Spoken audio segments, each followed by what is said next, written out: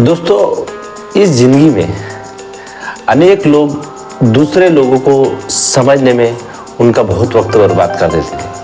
अगर यही वक्त दूसरों को समझने में ना लगाएं और खुद को समझने में अगर लगा देते हैं तो समझिए आप कहाँ से कहाँ पहुँच जाएंगे। ये अब आपको करना है कि हमें दूसरों को समझने में अपना वक्त बर्बाद करना है या खुद को समझने में अपना वक्त लगाना है। तो साथियों, इसी के साथ सभी को मेरा जय हिंद।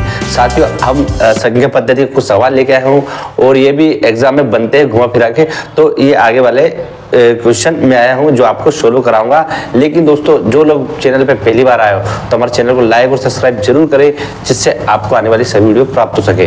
तो दोस्तों, देर ना करते हम शुरुआत करते हैं। सबसे पहले दोस्तों बात करते हैं पहली, दूसरी और तीसरी संख्याओं में से प्रत्येक का 3/4 भाग 39 चौथाई भाग का योग 39 है। तो उन संख्याओं का योग क्या हो, हमें योग याद करना। तो उसको कुछ नहीं करना, पहली, दूसरी, तीसरी तीन संख्या लिख लेते हैं। मान लो पहली तीसरी संख्या क्या है, x, फिर y और z।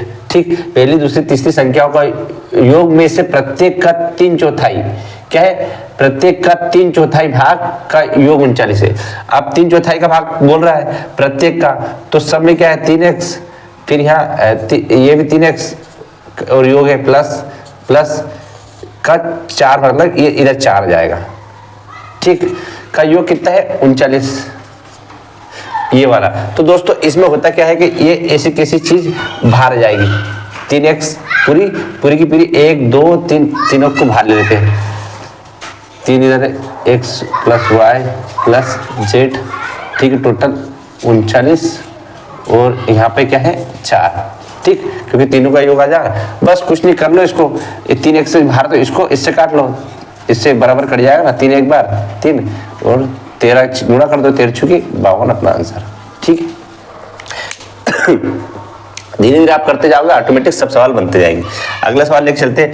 दो संख्याएं 7x और 15x के अनुपात में, तो क्या है, पहले लिख लेते हैं 7x, दूसरा 15x के अनुपात में। यदि वे एक दूसरे से 128 कम है, बस एक दूसरे से 128 कम है, सोल्व कर लेते हैं। तो 7 में से कितने जा, 8x बराबर 128। ठीक है, इसको इससे काट दो, तो 8 का एक बार और 16, 8 छंके 48, 4 बजा 16। तो x का मान हमारे पास क्या है 16, एक से मान हमारे पास 16 आया। तो बड़ी संख्या याद करना।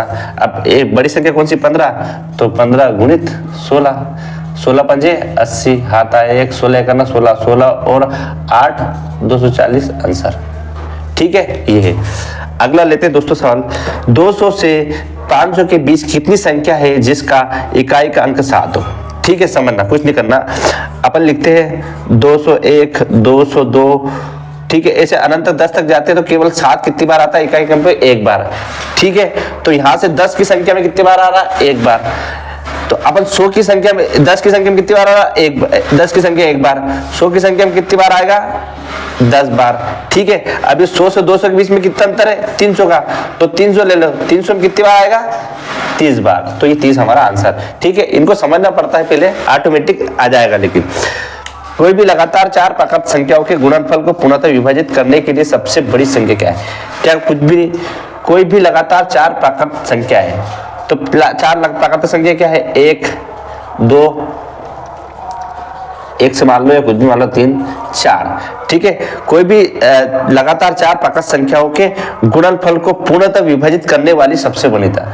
अब ठीक है, ये 4, अब इनको ऐसा कौन सा विभाजित जो करेंगे जो सबसे एक से सभी कट जाए। सबसे बड़ी विभाजित करने के लिए सबसे बड़ी संख्या कौन सी होगी।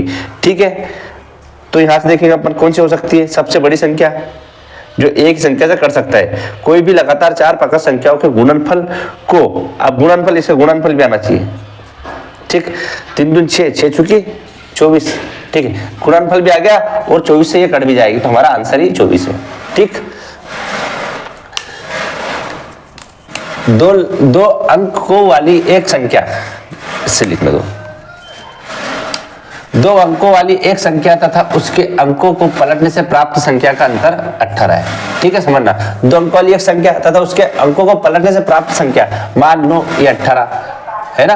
अब इसको अंकों को पलटने से क्या लेंगे अपन, अंकों को 2, तो अंकों का 2 अंकों वाली एक संख्या तथा उसके अंकों को पलटने से प्राप्त संख्या का अंतर 18 है। ठीक है, 18 है। तो हमें क्या करना है, अंकों को पलटते हैं तो यहाँ से अंकों को 18 इधर ले लो उधर ले लो, बात एक ही 18 थी। ठीक है, अब उनको अंकों को पलट दिया, पलटने से क्या अंतर आएगा हमारा 9, तो उनका अंकों का अंतर भी हमारा 9 ही आएगा। ठीक है, अगला लेते हैं, किसी संख्या के वर्ग का 36 गुना, किसी वर्ग की संख्या का 36 गुना, किसी संख्या के वर्ग का, वर्ग मतलब ये, ठीक, वर्ग का मतलब गुना, तो 36 गुना। ठीक है, उसी संख्या के घन का मतलब 3 घात लग गई, घन के 4 गुना है। ठीक, तो वह संख्या क्या होगी, कुछ नहीं करना है, बिल्कुल सरल है, ये 2x से ये कट जाए तो क्या कहते हैं x। ठीक है, अब इसको इससे काट दो 9, तो हमारा 9 आंसर। ठीक, एक बांस का 1/4 भाग काले रंग का। ठीक है, ये इंपोर्टेंट सवाल है, क्या है बांस, अब बांस का काले रंग मान लो, काले रंग का, बांस के काले रंग का भाग क्या है 1/4 काले रंग का। ठीक, और 2 भाग पीले रंग का, प्लस 2x भाग पीले रंग का। ठीक है, पीले लिख देता हूं, पीले रंग का।